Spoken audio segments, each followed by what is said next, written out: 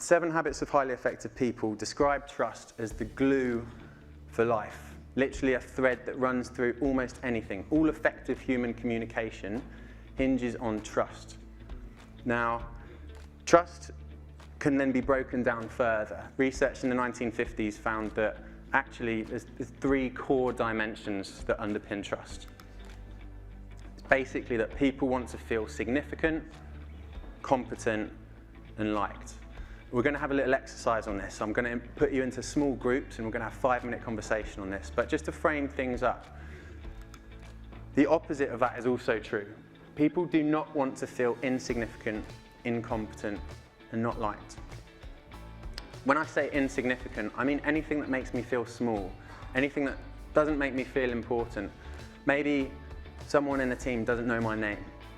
Maybe someone doesn't have a proper understanding of what my role actually involves. I know there's been a lot of change recently. And bearing in mind also that the most important word in the world for any individual is that person's name.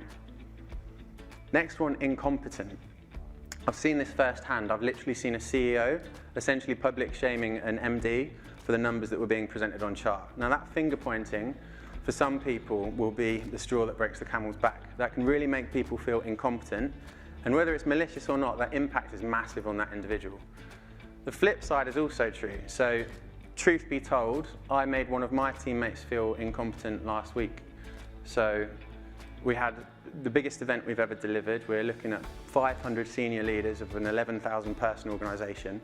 And what I'd asked my teammate to do was essentially lead on organising that event when they'd never done anything on that scale before. And in our debrief, thankfully we had that baseline level of trust there. And she felt able to share with me that actually, at times, she felt incompetent during that delivery. Does that make sense? So there wasn't really there's literally zero malicious intent there, but I still managed to do that. And lastly, it's about feeling unliked. Do I feel like on a Monday morning, our meetings always open up with talk straight about work? You don't really know what I did at the weekend, for example. Now, I know that you're already doing a lot of these things, so if we switch gears and look at significant, competent, liked, actually, Phil, you held the door open for me earlier. That made me feel significant. When I think about the wall of gratitude outside, amazing.